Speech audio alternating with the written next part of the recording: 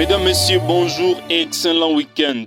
Bienvenue à suivre notre journal hebdomadaire qui vous est présenté par Elie Monique et David.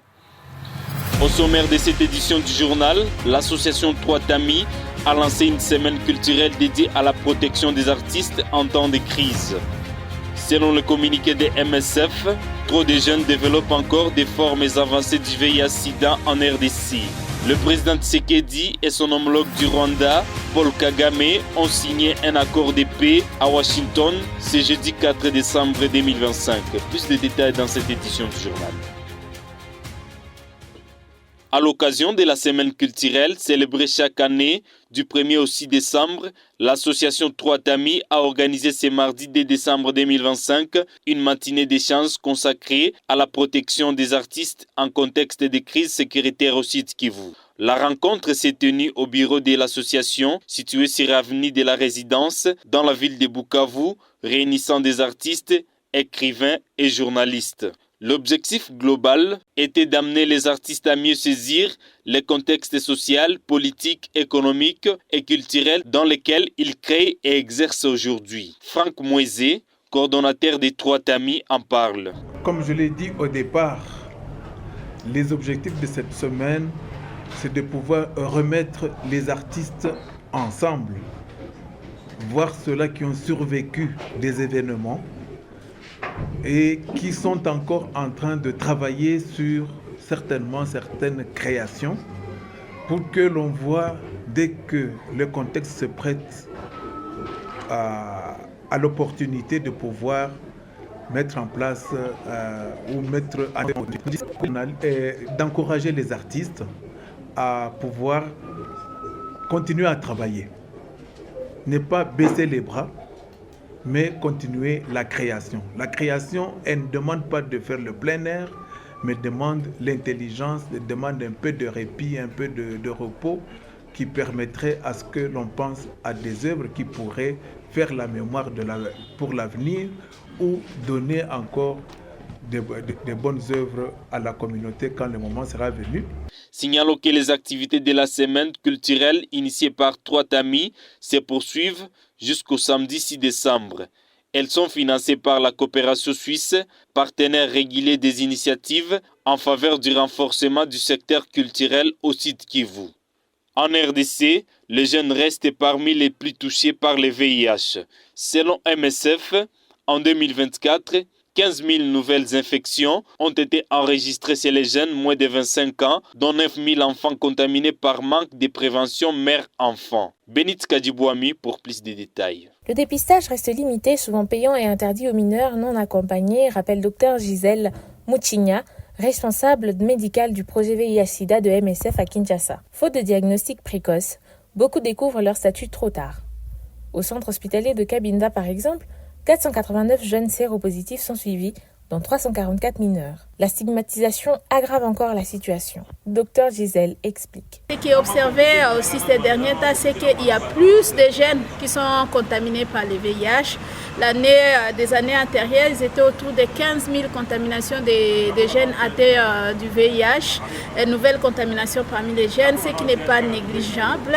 Donc, ce qui est important aujourd'hui, on doit savoir qu'il y a quand même l'inégalité d'accès aux soins entre les jeunes et les adultes. Au niveau du projet VIH à Kinshasa, nous, on va focaliser notre JMS allié avec la prise en charge des jeunes via les modèles club des jeunes qu'on a pilotés en RDC.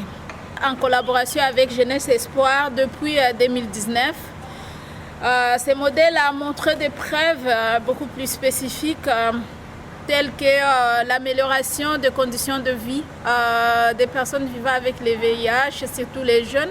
Pour lutter contre les interruptions de traitement, MSF et Jeunesse Espoir ont créé en 2019 les clubs des jeunes, des espaces sûrs où 83 adolescents de 12 à 25 ans échangent, s'informent et se soutiennent. Ces clubs jouent aussi un rôle social car ils brisent la honte et forment des jeunes leaders capables de sensibiliser leur communauté. MSF appelle aujourd'hui à pérenniser et étendre ce modèle menacé par la baisse des financements internationaux comme le PEPFAR et le Fonds mondial.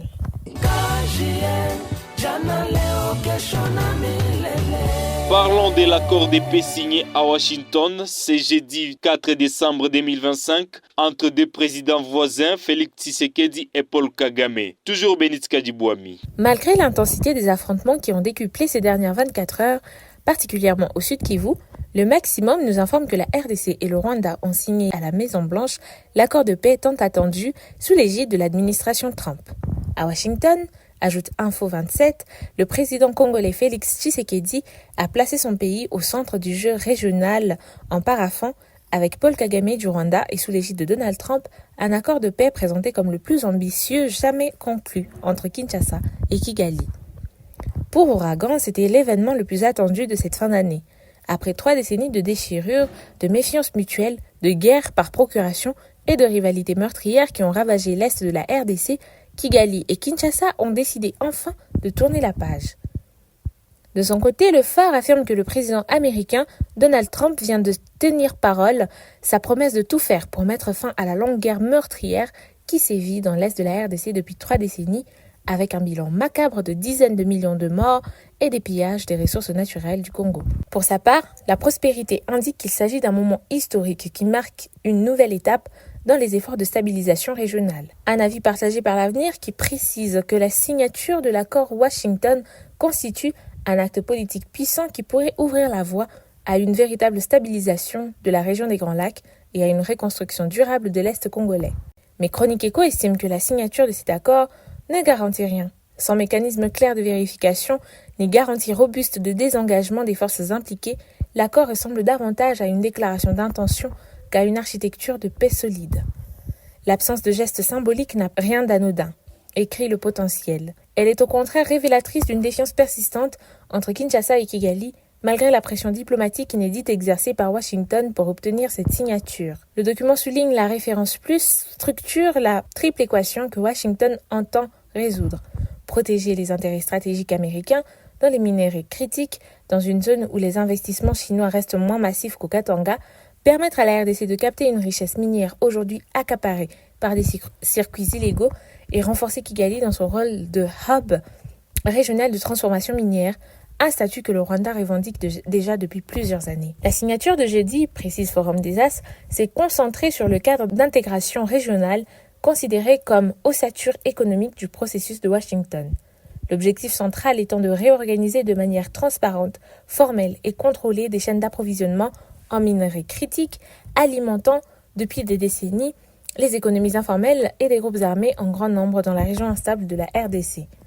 Dans sa prise de parole, le président Tshisekedi nous fait savoir s'est montré optimiste quant à l'application du dit accord par les deux parties.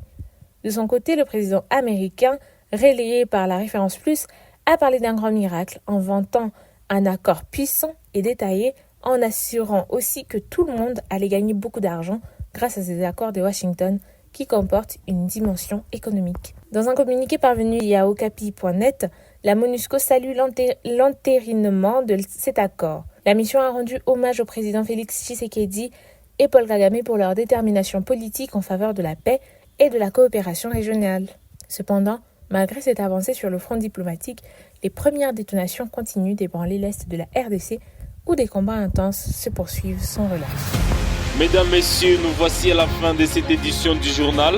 Pour plus d'informations, tapez www.kjnasbel.org. Le week-end est à vous. N'oubliez pas d'appeler vos proches.